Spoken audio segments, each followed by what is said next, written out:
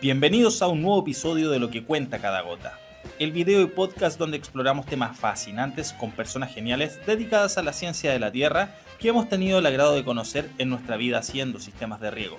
En cada episodio nos sumergiremos en conversaciones apasionantes sobre el cuidado de la tierra, la jardinería sostenible y uno que otro consejo para un sistema de riego eficiente.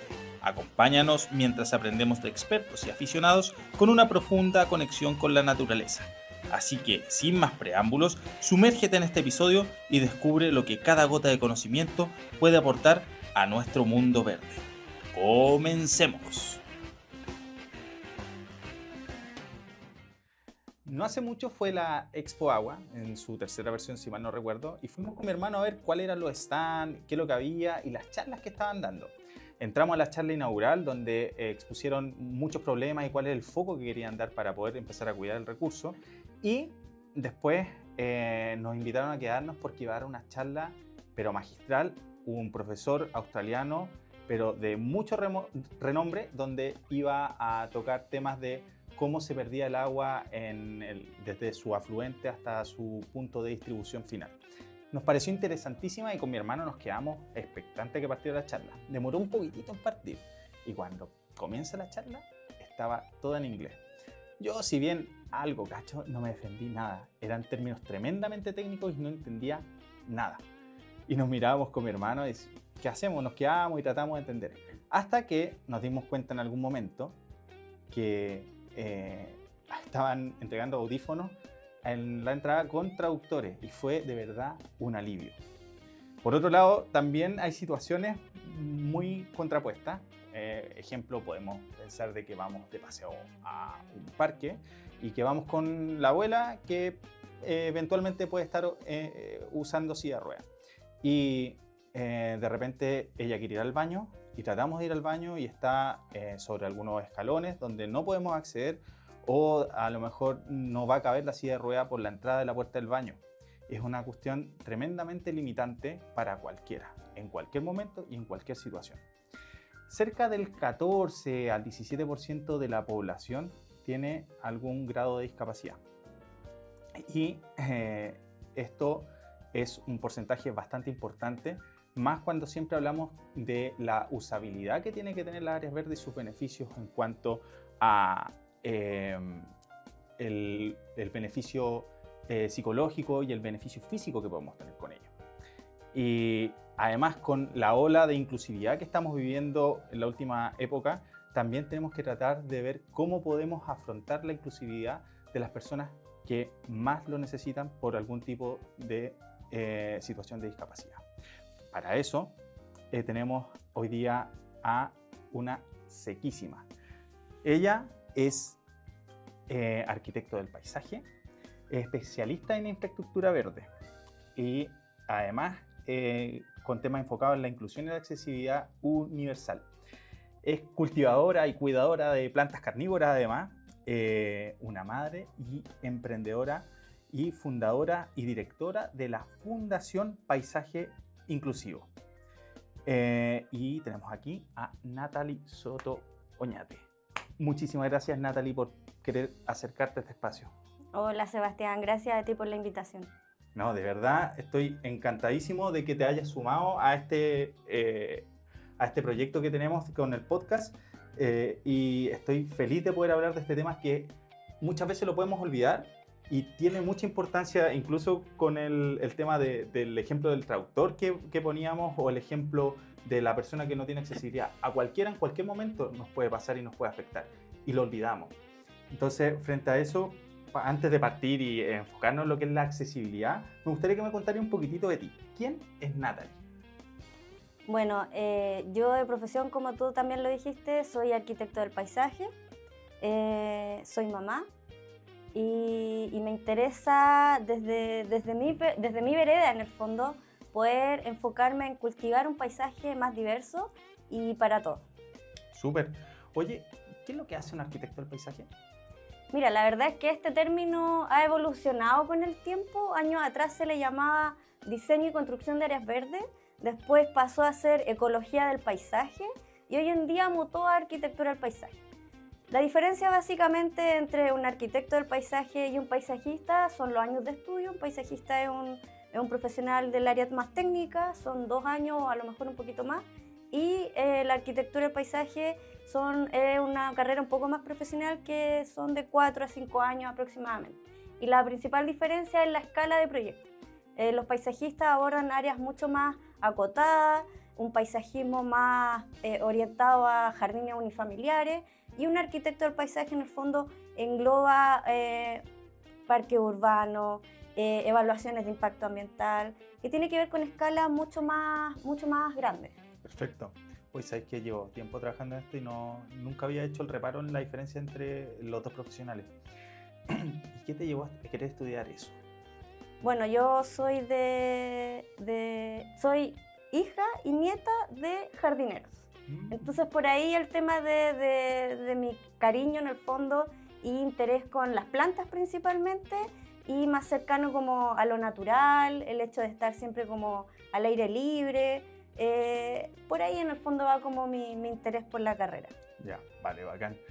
Oye, hoy día vamos a tener doblete con Natalie, vamos a hacer una doble entrevista, vamos a ver esta primera parte que va a ser de paisaje inclusivo, y después vamos a hacer una que es de plantas carnívoras, porque también Natalie cultiva plantas carnívoras. Entonces tenemos 2 temas súper interesantes para poder hablar contigo, así que para la otra a lo mejor voy a reiterar algunas preguntas como para poder hacer la introducción, y nos van a ver con la misma ropa si estamos haciendo la grabación el mismo día.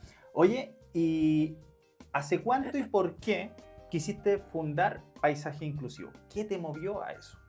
Mira, la verdad es que para mí es un tema que es bastante antiguo. Todo esto partió como hace 13 años atrás, cuando me encontraba a punto de realizar mi proyecto de tesis. Estábamos buscando el área de interés que nos gustaría profundizar un poco más para poder terminar, darle fin como al tema profesional en el fondo. Y a mí me llamaba mucho la atención de que generalmente se mostraban proyectos que eran aparentemente perfectos, donde en el fondo todo extremadamente verde, la familia toda felices. Y lo más paradójico de esto es que a nosotros desde la carrera siempre nos inculcaron que la definición de paisaje era el resultado de la interacción de todos sus componentes. Y dicho eso, a mí más me llamaba la atención sobre todo porque no se abordaba el tema de la discapacidad y menos de la accesibilidad universal. No era un tema que en el fondo incluso hasta hoy en día se toque en las mallas curriculares, y por ende no tenemos mucha cercanía en el fondo con la diversidad, a menos que te toque vivirlo de cerca o que tengas una experiencia cercana por algún familiar o por algún accidente en forma temporal, o por los adultos mayores que en el fondo también van perdiendo un poco la movilidad en algunos casos. Pero quise desarrollarlo de ese tema y lamentablemente mi profe de ese entonces me dijo que no era un tema en el paisaje. De verdad, de Sí, verdad. así fue, tal cual. Pero la verdad es que bueno, uno cuando está estudiando muchas veces no te queda nada más que hacerle caso al profe. Claro. Cambié mi proyecto de tesis, pero como buena mujer porfiada no me quedé ahí. Eso se quedó ahí como una espinita, y quizás, ¿sabes qué? Por mucho tiempo la odié. Corta esta parte, por favor. ¿Odiaste la situación? Odié la situación exactamente, pero hoy en día yo creo que le doy gracias, porque Ya. muchas veces a nosotros cuando nos dicen que algo no se puede, te queda ahí, y le dais vuelta y le dais vuelta, y finalmente de repente de un no te puede salir algo muy bonito y algo muy positivo como lo que estoy trabajando hoy en día. Perfecto. Oye, previo a lo que estamos hablando ahora, hicimos obviamente como una reunión para poder ver qué es lo que íbamos a hablar, y mucha la terminología que yo utilizo dentro de mi ignorancia en este medio de verdad puede ser errada. Así que te voy a pedir, por favor, que abiertamente te sientas con todo el derecho de poder corregirme, porque así también aprovechamos de educar a la gente que quiera escuchar esto, ¿ya? Porque hay una terminología, no voy a decir que técnica, pero una terminología que uno no aporta todos los días y que es necesario saber y conocerla, ¿ya? Oye, ¿y cuáles son los planes que tiene la Fundación en el mediano plazo? O el largo plazo, si lo quieres así. Bueno, como te decía anteriormente, si bien es un tema que yo en particular estoy abordando hace 13 años aproximadamente, recién como organización nos formalizamos hace un año y un poquito más. Entonces somos una organización sin fines de lucro súper nueva, que en el fondo por la misma falta de antigüedad tampoco podemos mucho postular a proyectos de financiamiento público, y recién al ser un grupo bastante acotado nos estamos como afirmando todavía en ese sentido. Pero a mediano plazo obviamente nos gustaría poder concretar proyectos que tienen que ver principalmente con la eliminación de barreras que existen en la actualidad y que impiden la inclusión de personas con discapacidad visual en lugares de uso público, especialmente las áreas verdes. Perfecto. Oye, y lo otro yo creo que también quizás no es un foco, un objetivo, una meta, pero sí es algo que pasa por el hecho de la propia difusión que tú haces, es la educación que hay sobre esto, la concientización que hay sobre esto. Por ejemplo, en lo que ahora están viendo, en lo que cuenta cada gota, tienen subtítulos. Yo la verdad es que lo había obviado y siempre lo había visto si es que era por algo para cuando quería ver la cuestión con el audio apagado.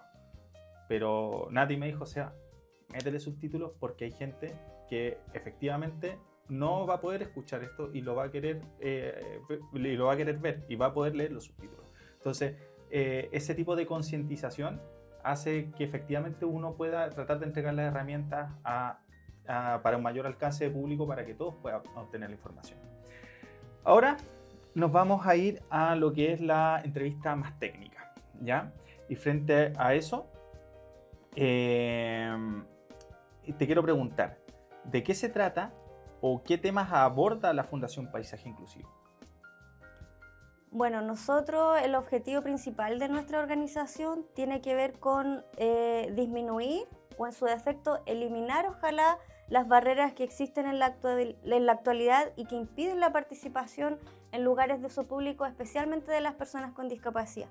Si bien tenemos en Chile un marco legislativo y normativo que te habla de cómo tienen que ser los entornos y qué significa en el fondo la palabra accesibilidad universal, aún existe una brecha importante y esa brecha tiene que ver mucho con la educación, con la concientización y sobre todo con que en el fondo muchas veces la falta de accesibilidad universal se produce de manera involuntaria. O el mismo tema que hablabas tú de las terminologías.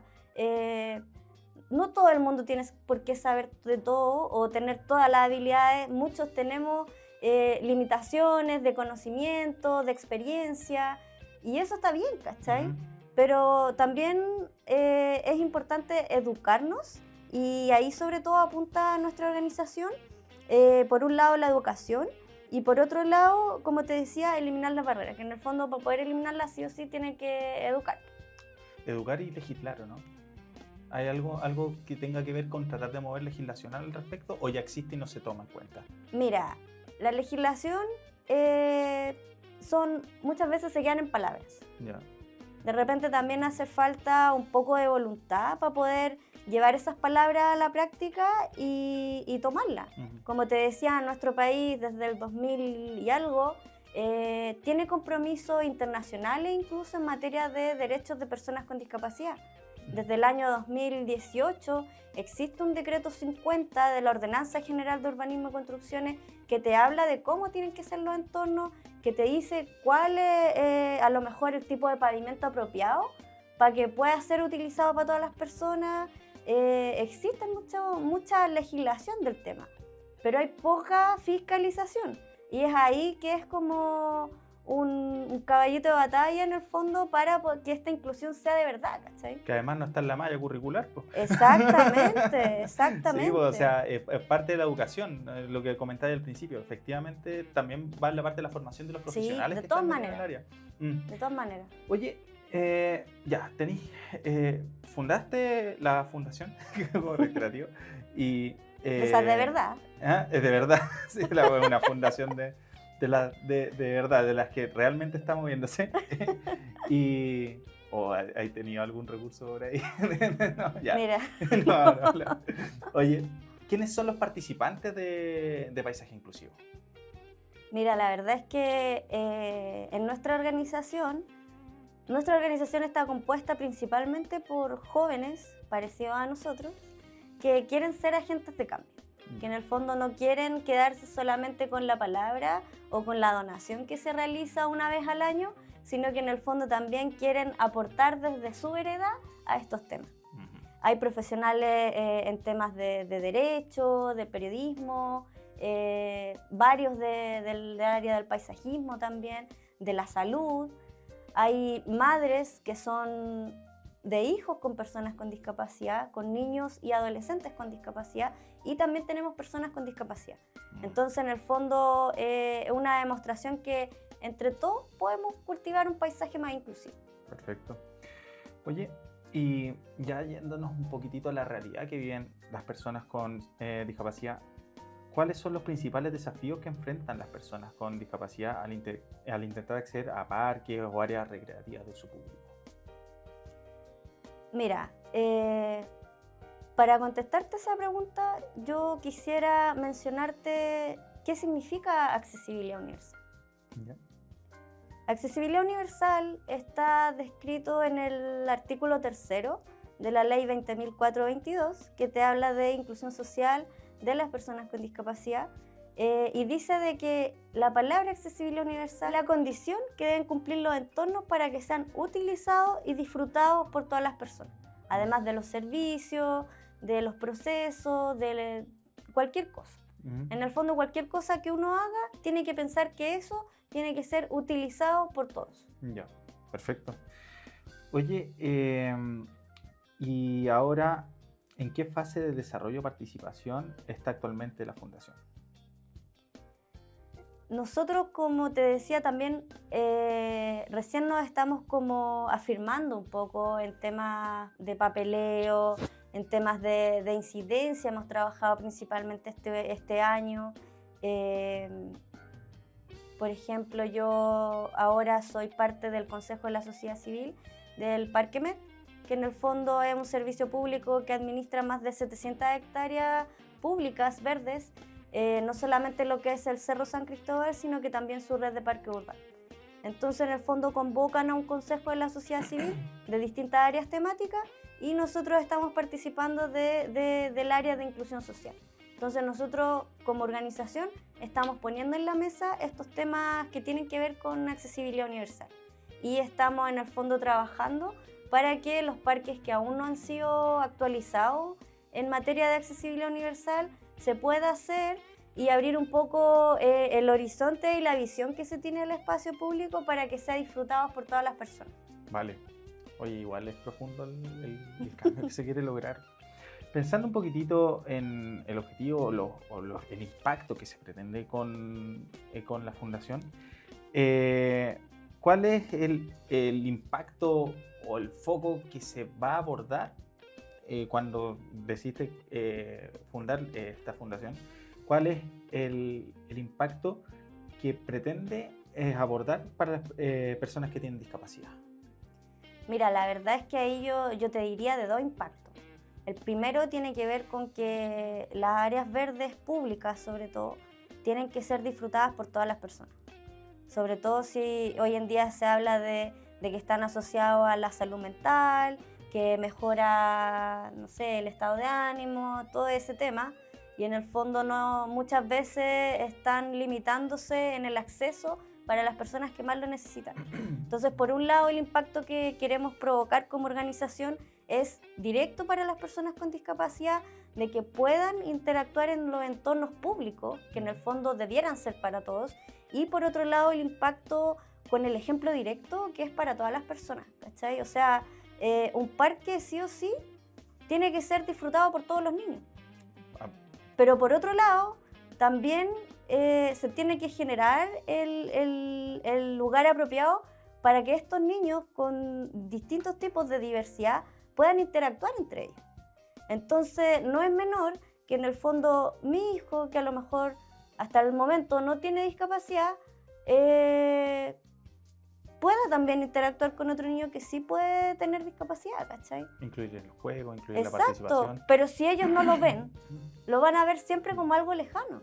Entonces, el generar los entornos más accesibles y más inclusivos, estáis enseñando y estáis beneficiando a toda la ciudadanía, ¿cachai? Oye, ¿qué pasa, por ejemplo, con estos juegos que uno se encuentra en los parques y plazas?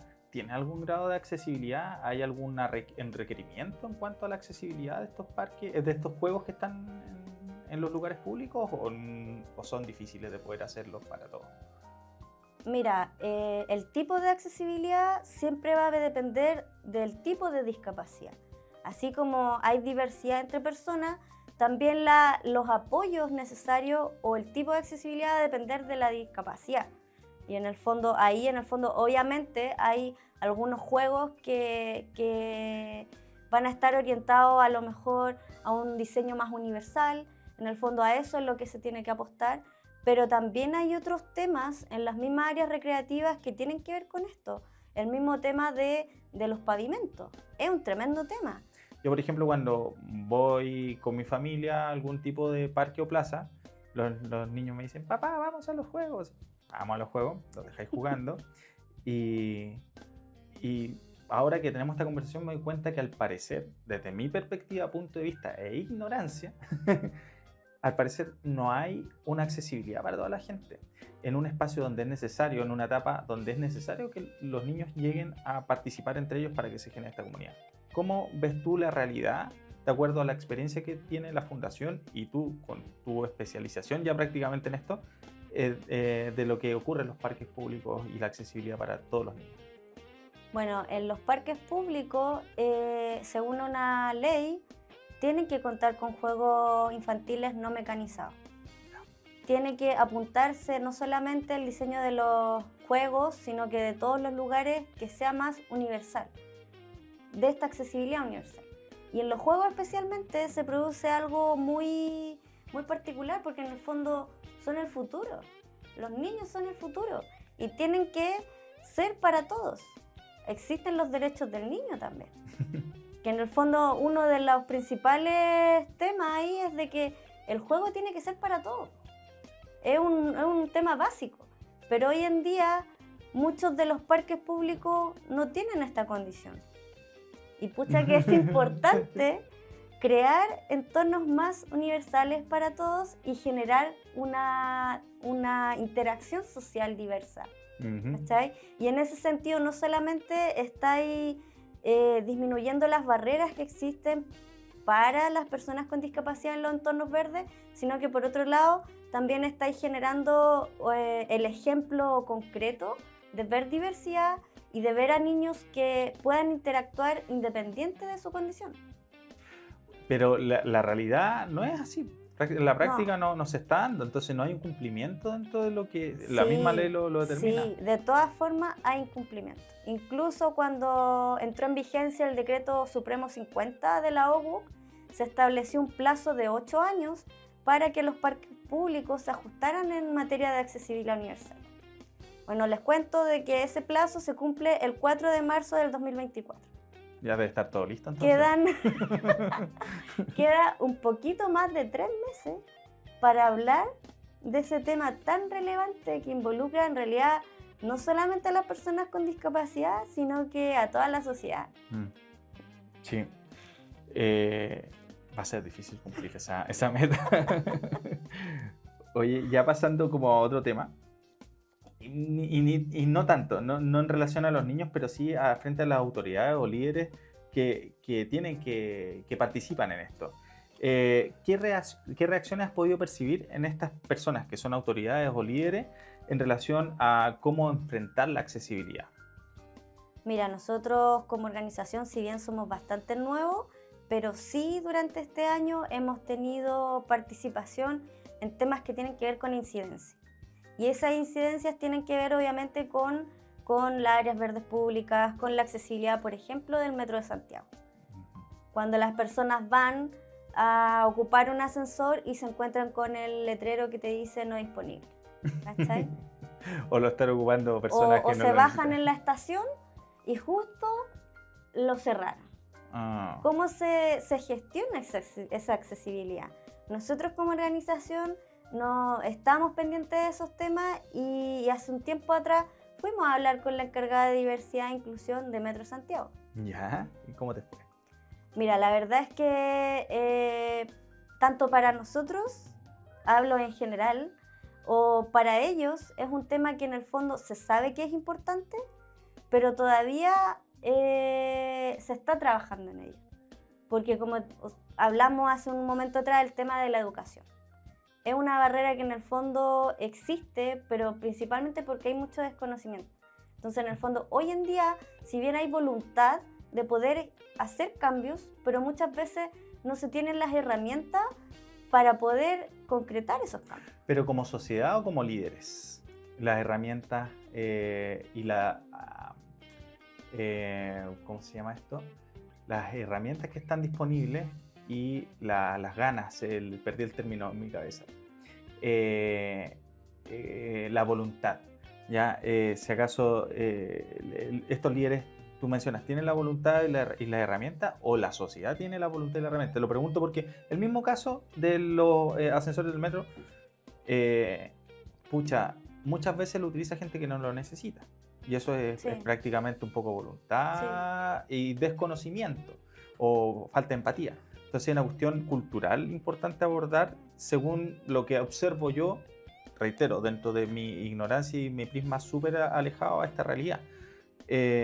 ¿Tú ves que las autoridades tienen mayor cantidad de voluntad o hay una voluntad más presente en estas autoridades o no? Frente a la sociedad, porque de ahí parte a empujar esto. Mira, socialmente hemos comprendido la discapacidad desde distintos focos. Históricamente han habido 3 modelos de cómo la sociedad entiende la discapacidad. En la edad antigua se entendía la discapacidad como un castigo y se ocultaba el tema. Y eso es verdad. Después, en la edad del siglo XX más o menos, empezó a concebirse la discapacidad y la participación social que tenían las personas con discapacidad en la medida de que eran rehabilitados. O sea, en la medida que se rehabilitan, pueden participar de la sociedad.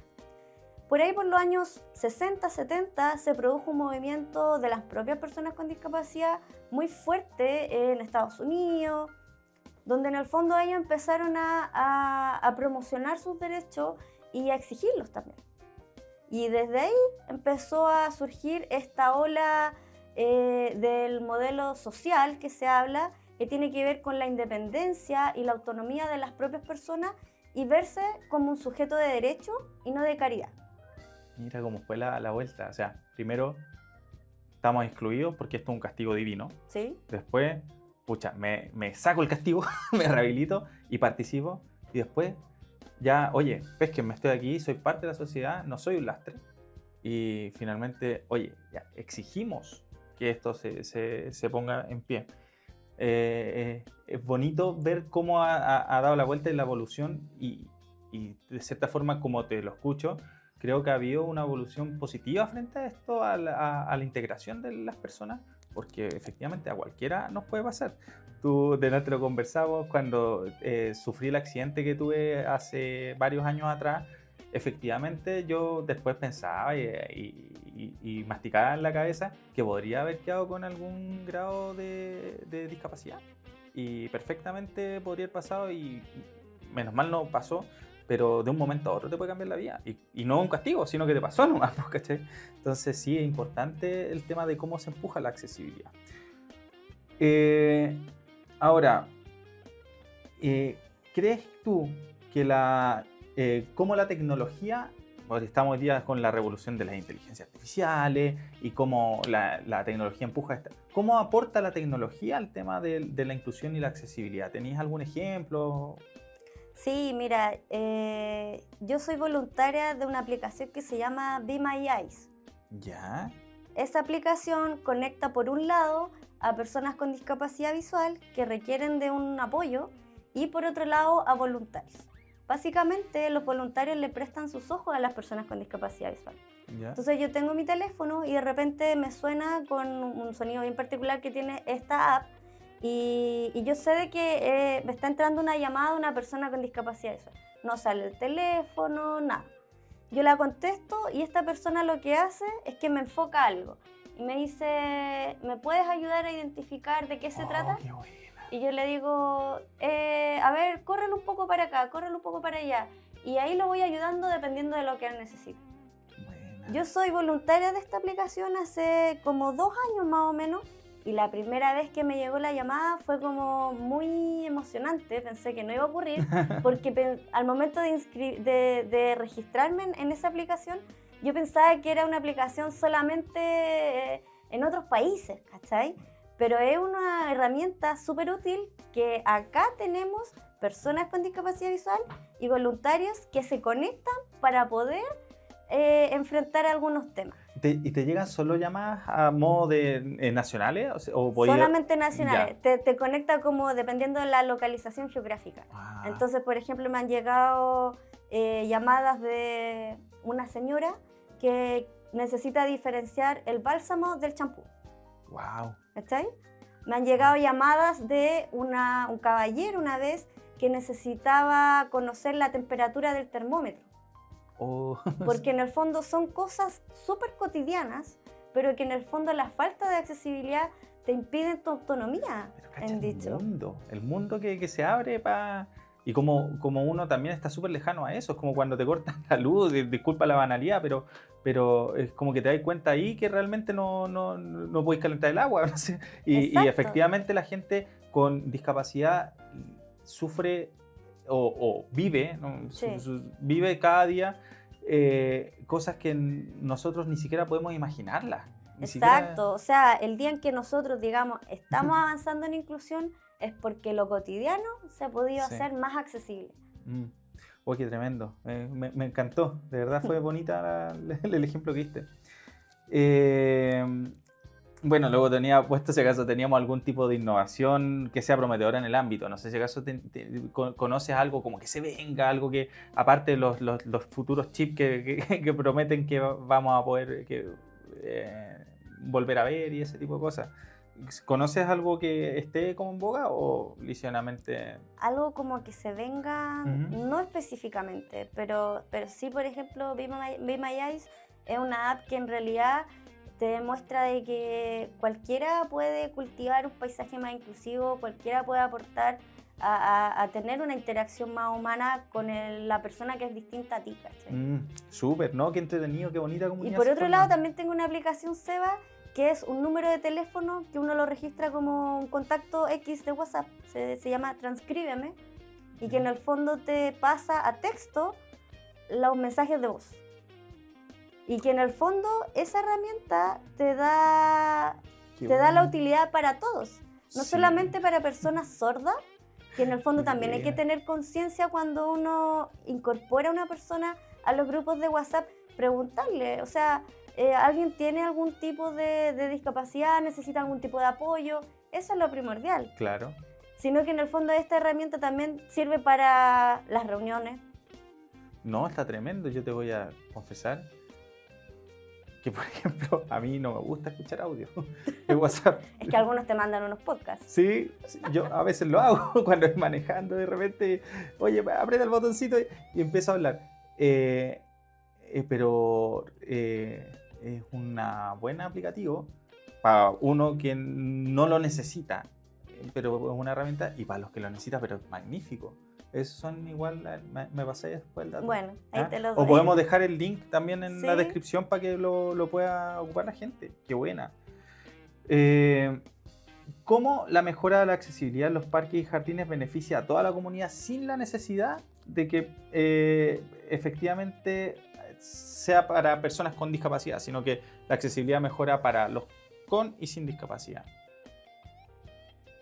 Bueno, beneficia de partida a todas las personas porque normalizamos un poco las diferencias y creamos relaciones sociales más humanas. Y eso es un beneficio para todos. Somos todos parte del ecosistema. Exactamente, todos somos parte del paisaje. Paisaje inclusivo. Oye, ¿y algún mensaje que te gustaría compartir con la audiencia sobre la importancia de la inclusión? Sí, mira, yo con respecto a esa pregunta venía manejando y pensando y me acordaba de una fábula que era de un picaflor con un tigre. Ya. Había un incendio en un bosque y todos iban corriendo, alejándose del incendio, y en esto que iban corriendo, el tigre ve a un picaflor que iba volando de un lado para otro, pero de repente iba volando hacia el lado del incendio. Y después de nuevo lo ve que iba volando y en un momento se detiene y le dice, oye, pero ¿qué te pasa? ¿Por qué estás volando hacia el fuego? Y el picaflor le dice, es que estoy llevando agua. Y el tigre le dice, ¿pero tú crees de que va a poder apagar el incendio? Y el picaflor le dice, yo sé que no lo voy a apagar, pero cada gota cuenta. Buena, buenísima. Entonces, en el fondo, esa fábula te enseña de que cualquier gesto, cualquier consideración es una muestra de amor hacia, no solamente hacia ti, sino que también hacia el otro y hacia las interacciones sociales. Qué bonito, qué bonito mensaje, de verdad, gracias. Lo que cuenta cada uno. Oye, y finalmente, ¿cómo las personas pueden contribuir o aportar a los esfuerzos de paisaje inclusivo?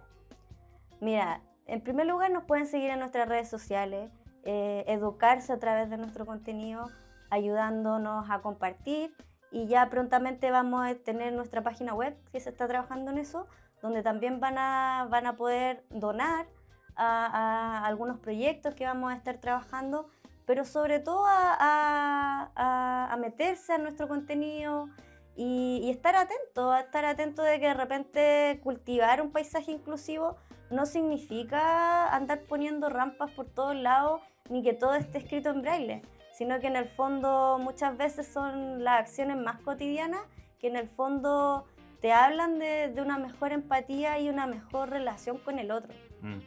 Magnífico. Todavía no terminamos, eso sí. Viene ahora algo que es algún tipo de consejo general, y me gustaría saber si acaso tienes algún ejemplo práctico de la inclusión en parques y jardines.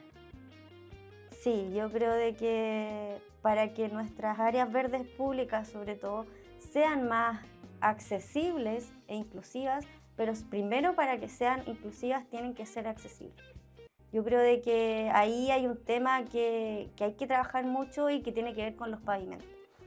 Yo creo de que hoy en día gran parte de nuestras áreas verdes tienen pavimentos solamente de maicillo, que en el fondo el maicillo mezclado con el agua y con el mal riego, que si hay un mal riego también pueden contactar al SEBA. En el fondo, ¿qué pasa con el riego y el maicillo? Claro, Produce socavones, desniveles, socavones, y muchas veces estos desniveles, como el maicillo no es un pavimento estable, en el fondo produce la falta de accesibilidad.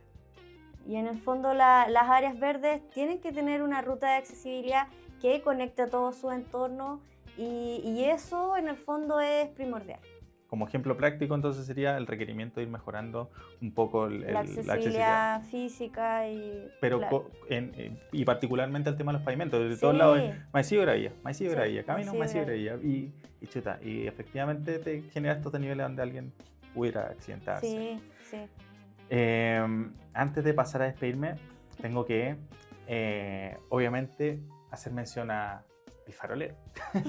¿Ya? Y para eso, la verdad es que siempre trato como de ver cómo podemos aportar en la parte del riego para el tema del que estamos hablando.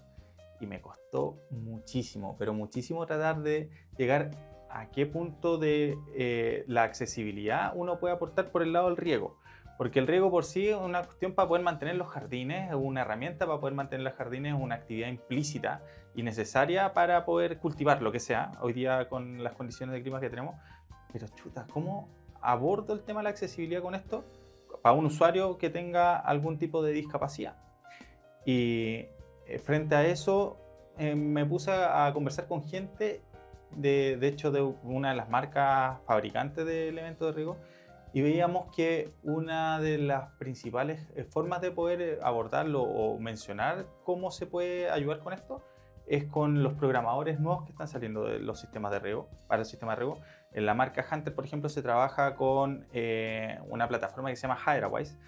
La idea es que el usuario no tenga que estar cambiando los tiempos de riego nunca más solo. Que el usuario, una vez que sea programado, que lo pueda hacer tu contratista, te deja los tiempos de riego y el programador va a adecuar los tiempos de acuerdo a las condiciones de clima. O sea, nunca más vaya a tener que meterte al programador a necesitar hacer algún cambio.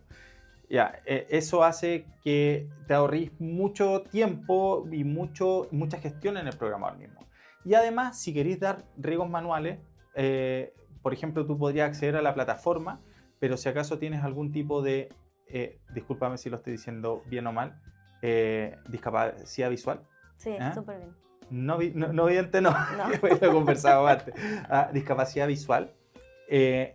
Efectivamente, estos se pueden conectar a algunas plataformas de domótica o a Alexa, y tú dices, oye Alexa, quiero que tú riegues la estación tanto, por cuánto tiempo, por X motivo, y Alexa lo va a hacer. O sea, tenemos todas las condiciones y herramientas para que no tengas que acceder prácticamente nunca más al programador, porque él lo va a hacer solito, y además podemos conectarlo a algún tipo de plataforma domótica para que nos ayude a gestionar los riegos puntuales, manuales, de forma automática. Así que eso, les recuerdo que en El Farolero somos riego.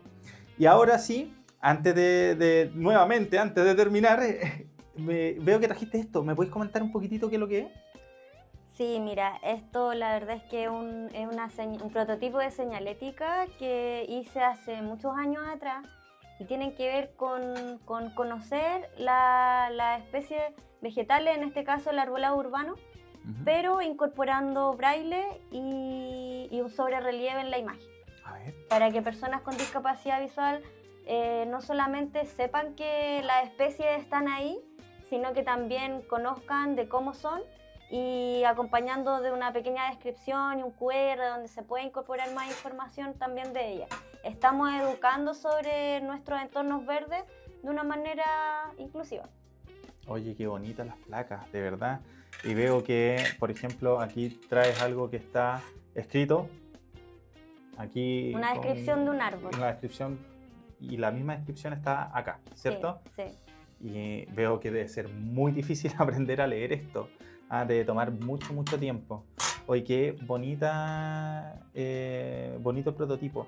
Y veo que tus tarjetas también tienen braille. Tienen para alfabeto, ¿cómo se llama esto? Alfabeto braille, escritura braille. Escritura braille. Escritura braille. Y aquí me imagino dice Fundación Paisaje Inclusivo. Y aquí están tus datos de contacto, todos en braille. Está muy bonito. Así que eso. Porfa, menciona cuáles son tus redes sociales, si acaso quieres, para que te dirijas a la... Bueno, como les comentaba hace un ratito atrás, todavía estamos en creación de nuestra página web, pero mientras tanto nos pueden seguir en nuestro Instagram de Paisaje Inclusivo. Perfecto, Paisaje Inclusivo entonces. Y bueno, estamos terminando ya el episodio. Te quiero agradecer tremendamente. Para todavía no te vayáis porque se nos viene doblete, como les dije. Vamos a hablar ahora de plantas carnívoras. Y no olviden seguirnos, no olviden darle a la campanita y compartir, comentar y hacernos llegar feedback si acaso quieren que traigamos algún invitado en especial o quieren que conversemos algún tema puntual que sea de su interés. Porfa, mientras más comenten, más vamos a poder difundir este lindo canal que estamos creando. Muchísimas gracias a todos y nos vemos en un par de semanitas más. Chau, chau, chau. Feel like this when my baby can't be found.